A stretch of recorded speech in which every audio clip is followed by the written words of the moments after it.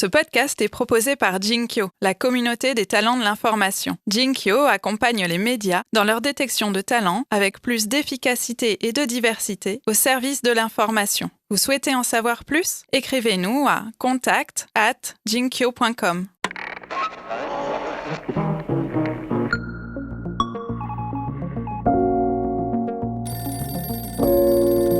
Le gros manque que tout le monde a, l'éléphant dans la pièce, comme on dit, c'est la Chine. C'est-à-dire qu'on est en train de rater complètement ce qui est en train de se passer en Chine. Ça va impacter à peu près tous les segments de ce qui nous intéresse là.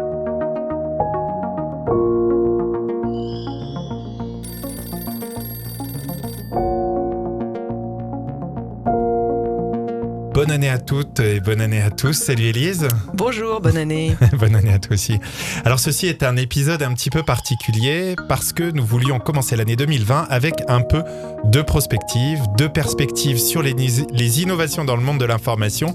Et il se trouve que nous avons accueilli dans notre studio fin 2019 une des rares personnes du monde français des médias à avoir un regard vraiment international. Frédéric Fillot, c'est de lui qu'il s'agit. Bonjour Frédéric. Bonjour.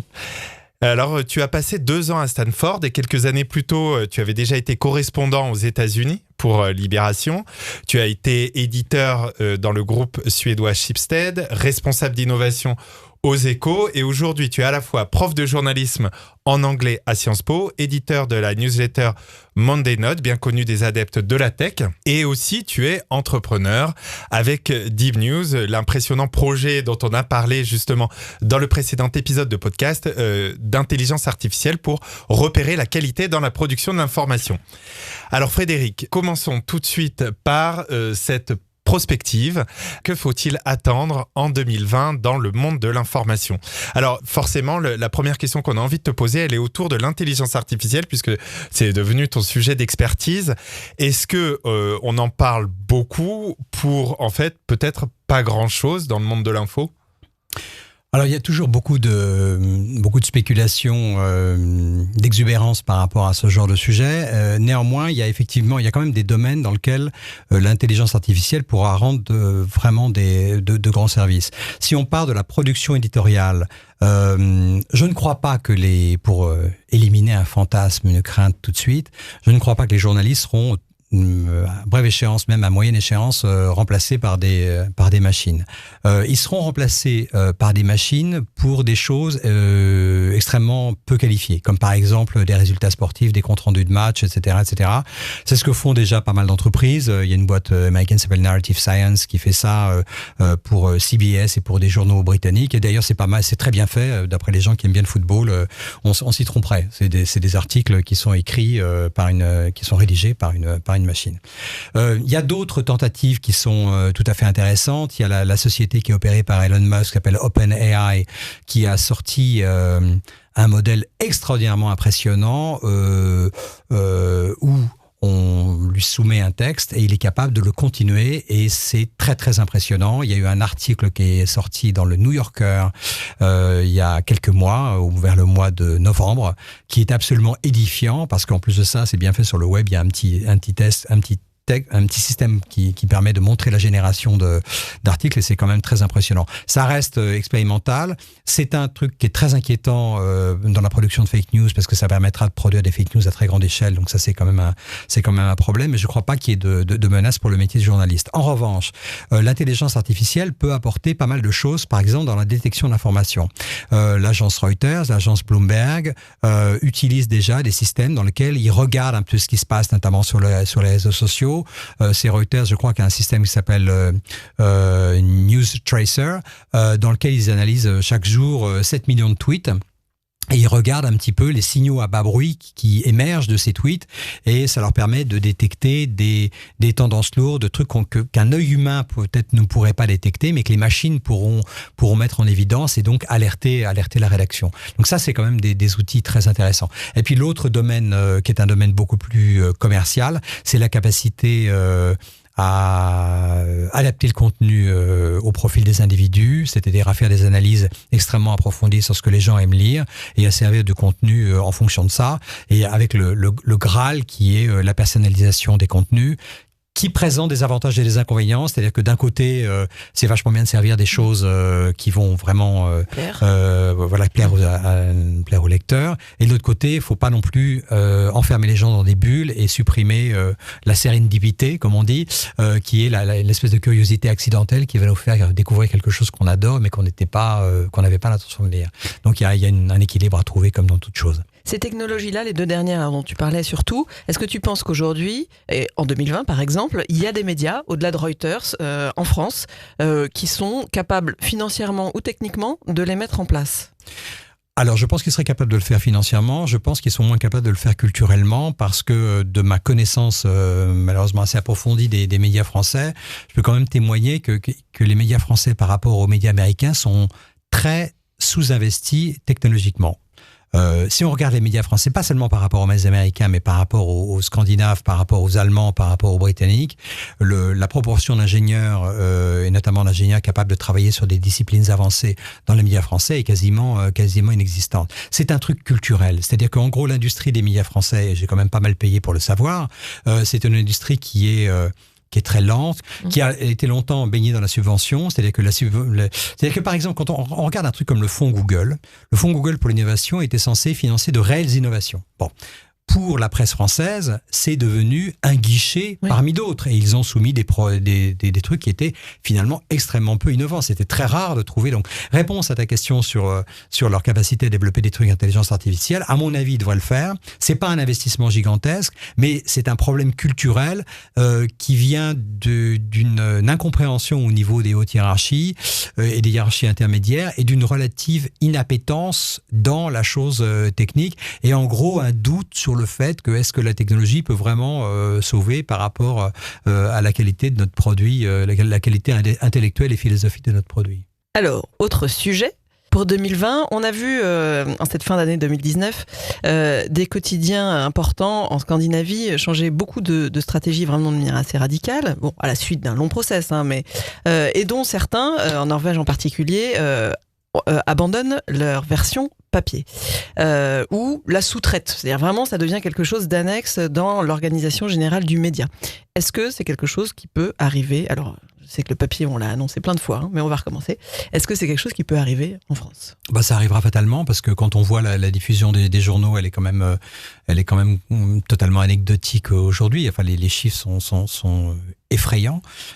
Pour ce qui concerne la Scandinavie, ils ont toujours été très pressants par rapport à ces questions-là. Il se trouve que j'ai travaillé, moi, 3 ans pour le groupe Schibsted. Lorsque j'ai quitté la direction du quotidien 20 minutes, je suis resté dans le groupe parce qu'on s'entendait vachement bien. Donc, j'ai été appelé à la direction internationale du groupe où j'avais un poste d'éditeur, ce qui veut strictement rien dire. En gros, mon job consistait à vérifier l'intégrité des acquisitions qu'on envisageait de faire dans divers pays d'Europe. C'est-à-dire que j'allais dans divers pays et puis c'était assez marrant d'ailleurs comme job. Je regardais des journaux lettons, estoniens, turcs, etc. Et puis on se débrouillait pour savoir quel était le contenu éditorial et voir si ça correspondait à l'éthique qui est défendu, enfin qui est invoqué par le groupe Schibsted. Mais c'est vrai qu'ils ont vu le coup arriver. C'est-à-dire que l'anecdote est assez marrante. En 1995, ils font un séminaire off-site, comme on dit, à Bergen, sur la côte ouest de la Norvège, qui est une ville où il pleut 300 jours par an, donc ils ont que ça à faire, à papoter toute la journée. Et comme c'est des gens qui sont toujours très ouverts sur l'extérieur et qui ont pas mal d'argent, ils font toujours venir des speakers, des personnes qui vont les éclairer sur l'avenir du monde, etc., qui vont les éclairer sur l'avenir du monde. Et ils font venir je sais plus si c'était des Américains, des Anglais, etc., qui leur disent il y a ce truc qui est Internet qui est en train d'arriver. Et là, ils ont une réflexion qui consiste à dire va y avoir 2 impacts pour nous. Le premier impact, ça va être un impact économique et commercial sur tout ce qui est un peu base de données, on va dire. Et qu'est-ce qui est base de données dans un journal ? C'est les petites annonces. Donc là, ils prennent... le deuxième impact, ils se disent que ça changera les habitudes de lectorat parce qu'à terme, les gens liront peut-être sur ordinateur ou peut-être qu'on aura un jour, on est en 95, on aura un jour peut-être un téléphone portatif, quelque chose qu'on aura dans notre poche qui pourra se connecter à un réseau quelconque et on lira l'information. Donc sur le deuxième, on n'a pas des masses d'influence parce que ce sera fonction des développements technologiques, des infrastructures, etc. Mais ils savaient déjà qu'ils avaient une très bonne infrastructure en matière de téléphone portable. Mais par contre, sur le premier, ils avaient une initiative à prendre. Et pour dire à quel point ils sont proactifs là-dessus, ils avaient un journal qui s'appelle toujours Aftenposten, dont qu'ils ont délibérément dépouillé de leurs petites annonces papier, qui représentaient quand même 30% du revenu du journal, pour les transférer sur un système de petites annonces en ligne. C'est-à-dire qu'ils ont été extrêmement proactifs. C'est-à-dire que là où en France... Donc ils ont amené les utilisateurs surtout tout à fait. À se transférer. Absolument. Ils ont tout fait pour avant que les utilisateurs eux-mêmes abandonnent... Ils ont précédé complètement les demandes de l'utilisateur en disant aux utilisateurs... les amis, on a un truc qui est beaucoup plus efficace que les petites annonces papier, qui est quand même un truc assez... vous rentrez dans un moteur de recherche, je cherche une voiture machin, ou je cherche un bateau ou un truc, et vous allez trouver les petites annonces qui correspondent à votre choix. C'est vachement plus efficace, et si vous avez un bateau ou une voiture à vendre, en plus c'est gratuit, parce qu'on met en place des systèmes. Donc ils ont vraiment vu le coup de façon assez magistrale, mais ça a été compliqué à vendre. C'est-à-dire qu'en interne, lorsqu'il a fallu défendre auprès de la direction de Schibsted et de la direction de ce journal qui s'appelle Aftenposten, le fait qu'on allait réduire les petites annonces, inutile de vous dire que ça a été une levée de bouclier qui n'était pas simple à gérer, notamment dans un système qui est co-géré avec très largement co-géré avec les syndicats. Donc ça a été un truc assez compliqué, mais ils ont été très très proactifs là-dessus et ils ont eu toujours une énorme appétence pour la technologie. C'est-à-dire que nous, quand on était à 20 minutes, qu'on voyait débarquer les Norvégiens, ils avaient toujours le dernier téléphone, le dernier machin. C'était vraiment assez hallucinant. Et donc, du coup, ce qui fait qu'ils sont probablement très en avance par rapport à nous sur cette question de comment on gère le numérique, le papier. Et que toi, tu doutes de voir la même chose dans cette année en France. Moi, j'ai toujours des discussions avec les éditeurs où ils me disent non, le papier a encore de l'avenir. Moi, je pense que le papier a l'avenir sur des trucs de niche. C'est-à-dire, y compris d'ailleurs, c'est assez intéressant quand je discute avec des jeunes gens de l'école de journalisme de Sciences Po, ils me disent non, le papier, c'est vachement bien pour les magazines, pour les trucs, mais pour un quotidien, ça n'a absolument aucun sens. Moi, je pense que sur le quotidien, il y a encore beaucoup de journaux, en France, il y a encore beaucoup de journaux qui, de toute évidence, font l'essentiel de leur chiffre d'affaires avec du papier. Donc, c'est bien le problème, justement. Oui, donc il faut qu'ils réinventent peut-être le papier, mais pas pour très longtemps. C'est-à-dire que ça va pas durer éternellement. Ils ont peut-être un coup à jouer dans les 4-5 prochaines années, mais après, de toute façon, tout va basculer sur le numérique. Toi qui regardes vraiment assez largement au plan international, quel autre pays faut-il regarder ?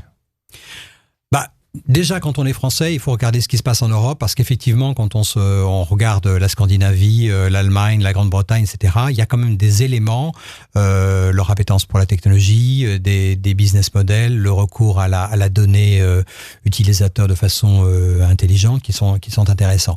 Le gros manque que tout le monde a, l'éléphant dans la pièce, comme on dit, et là je ne m'exonère nullement parce que je pense qu'une des Monday Notes sur 4 que j'écris devrait être consacrée à ça, c'est la Chine.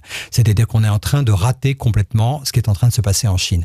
Ça va impacter à peu près tous les segments de ce qui nous intéresse là. Ça va impacter la technologie parce que la Chine est aujourd'hui le plus grand producteur d'ingénieurs. On a beaucoup parlé d'intelligence artificielle. La Chine va prendre un avantage décisif sur l'intelligence artificielle. Elle va prendre un avantage décisif sur tout ce qui est climate change et toutes les technologies qui sont liées à la gestion de l'énergie, etc.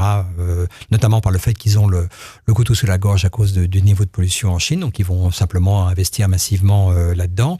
Et pour ce qui est des médias, ils ont une longueur d'avance avec des trucs que nous, en Occident, on ne comprend pas pour des raisons culturelles, mais qui sont extraordinaires. Vous prenez WeChat aujourd'hui. WeChat, c'est une combinaison de Facebook, de Twitter, de PayPal, de tout un tas d'applications de rencontres, etc., etc. C'est quelque chose d'absolument vertigineux. Et TikTok, c'est un truc sur lequel les gens passent 74 minutes par jour, ce qui doit faire une fois et demie le temps passé sur Facebook. Et ça fait moi, TikTok est apparu sur mon radar il y a 2 ans. J'avais lu un papier écrit par une... Ça s'appelait Musical.ly. Musical.ly, ouais.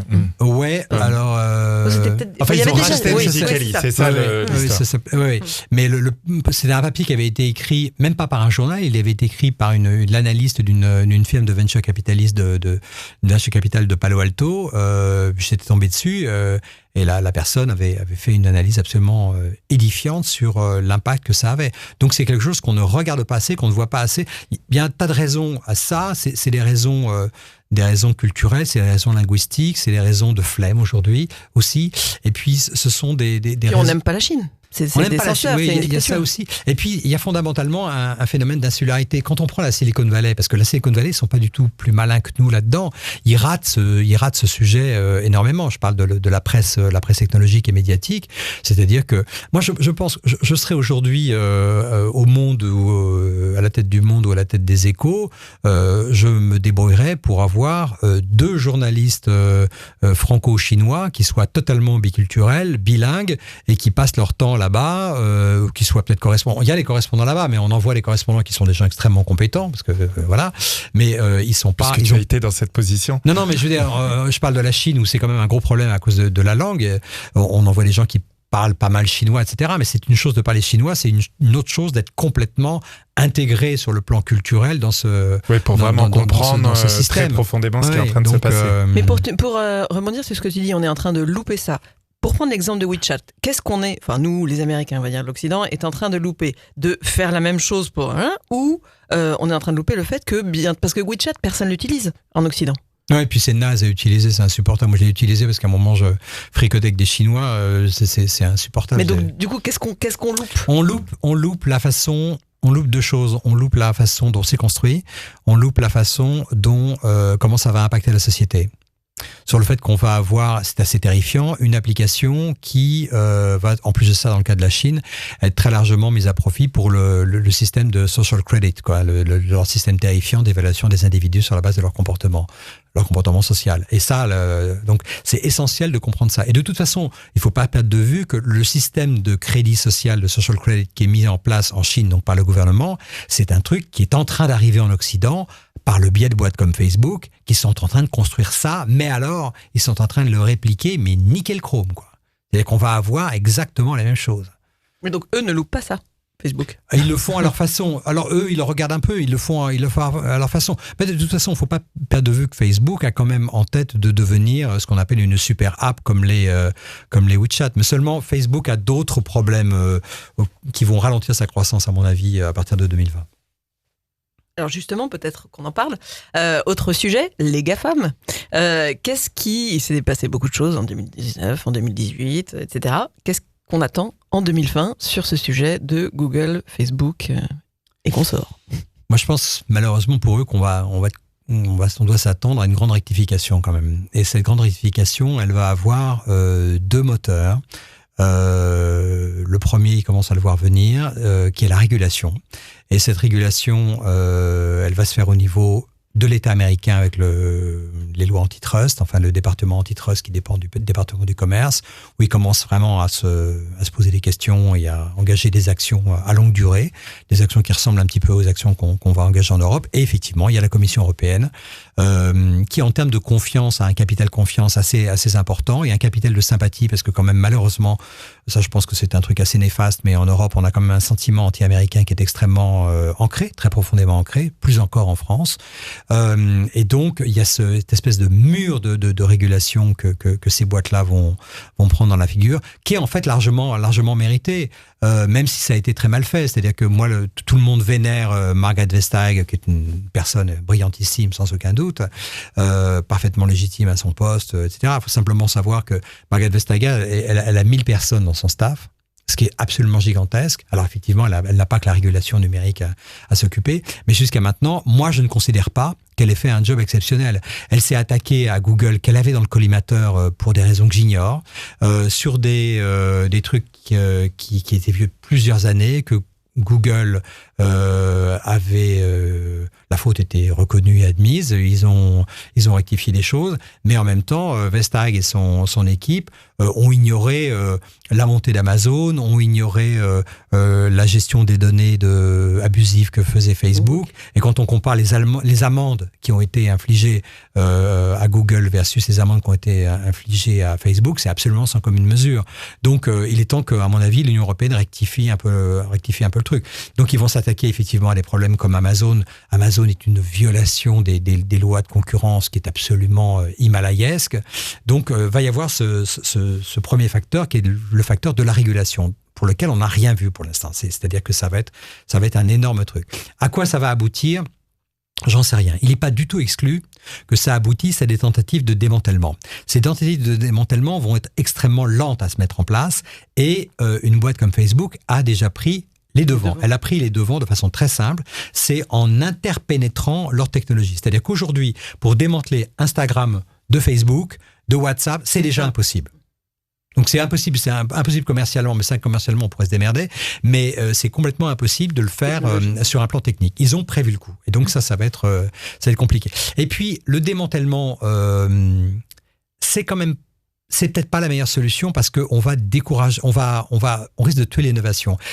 C'est quand même le côté positif de ces boîtes, parce qu'il y en a quand même, c'est que en termes d'innovation, une entreprise comme Google a développé l'Internet. Une entreprise comme Google, c'est peut-être ennuyeux à dire et à reconnaître en tout cas, mais ils sont garants de l'intégrité de l'Internet. Vous retirez aujourd'hui tous les safeguards, c'est-à-dire les trucs de sécurité que Google a mis sur Internet, vous avez à peu près la moitié des clics publicitaires qui sont frauduleux.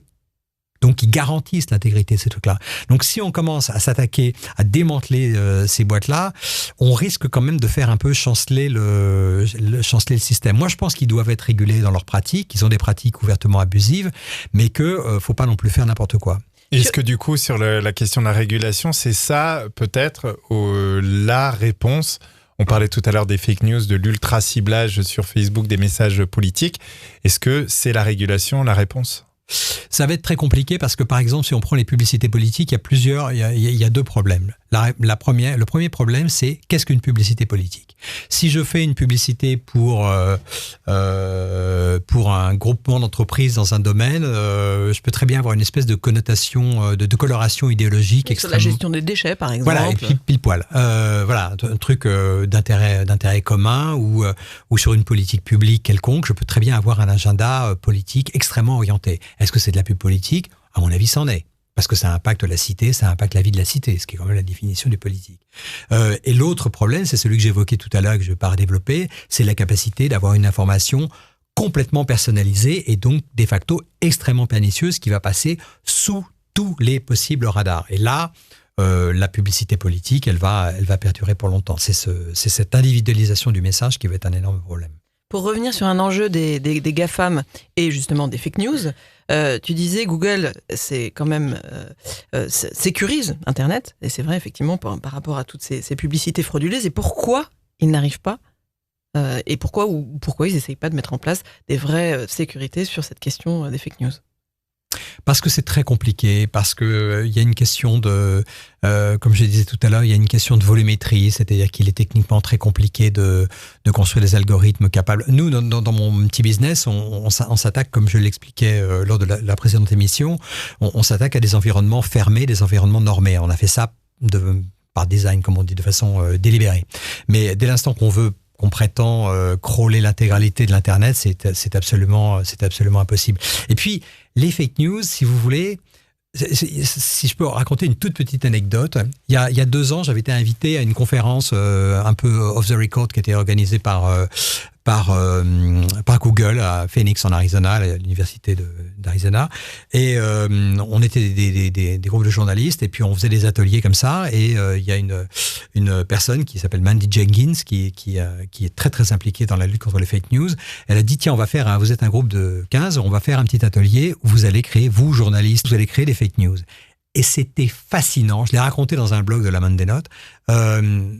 C'était fascinant de voir la capacité d'invention que des gens comme nous, journalistes, avaient pour se dissimuler par rapport à tous les fact-checkers possibles. C'est-à-dire qu'on est capable de trouver des systèmes de dissémination qui font que la fake news, avant qu'elle soit invalidée, qu'elle soit débunkée, comme on dit, elle aura eu un effet de propagation monstrueux et elle aura eu un effet colossal sur la société. On avait imaginé des trucs sur la diffusion de fake news qui étaient absolument hilarants, quoi.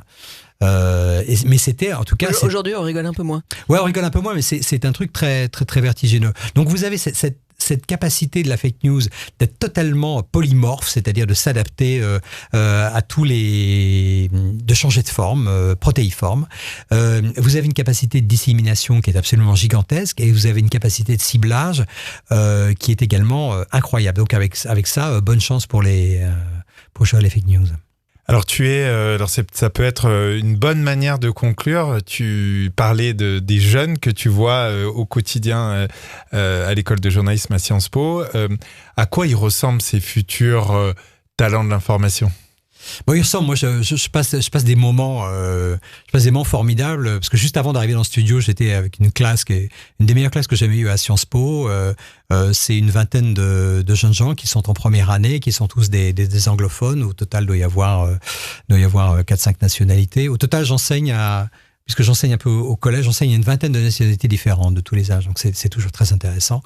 Et en fait, les jeunes journalistes, ça n'a pas de valeur d'échantillon et ça n'a pas de valeur statistique, ce que j'indique là, c'est plus une valeur subjective.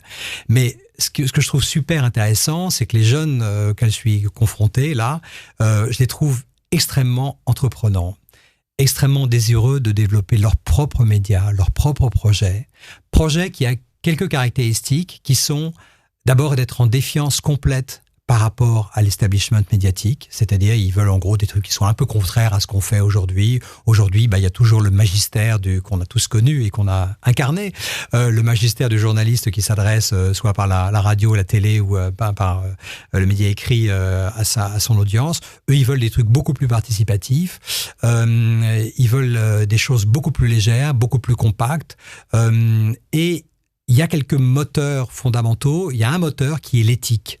C'est-à-dire que tous les projets, ils veulent une dimension éthique, ils veulent une quête de sens, ils veulent des projets qui signifient quelque chose et des projets qui soient en étroite proximité avec leur cible. Alors moi, je trouve ça super rassurant à deux niveaux. D'abord parce qu'effectivement, je pense que ces jeunes gens-là ont la capacité de reconnecter l'audience qu'on appelle les millennials à l'information. Et pour moi, c'est le plus grand danger pour la démocratie, c'est le divorce qui peut y avoir entre cette génération-là et puis les émetteurs d'information et l'information de qualité notamment. Donc je pense que les initiatives telles qu'ils les voient peuvent participer de cette reconnexion.